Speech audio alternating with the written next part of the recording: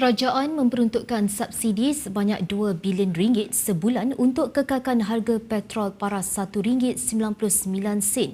Demikian tegas Perdana Menteri Datuk Seri Anwar Ibrahim yang memaklumkan kerajaan mengekalkan harga tersebut melalui inisiatif Budi Madani RON 95 berikutan lonjakan harga minyak mentah dunia.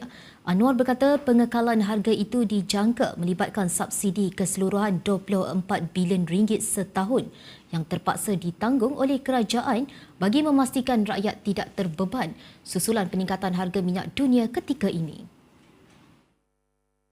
Menurut Anwar, selain mengekalkan harga petrol RON 95 pada paras antara yang termurah di dunia, kerajaan juga masih menanggung subsidi diesel di Sabah dan Sarawak yang ditetapkan pada RM2.15 seliter berbanding kos sebenar RM4.30. Tambahnya, tahun lepas subsidi diesel untuk Sabah dan Sarawak berjumlah RM2 bilion.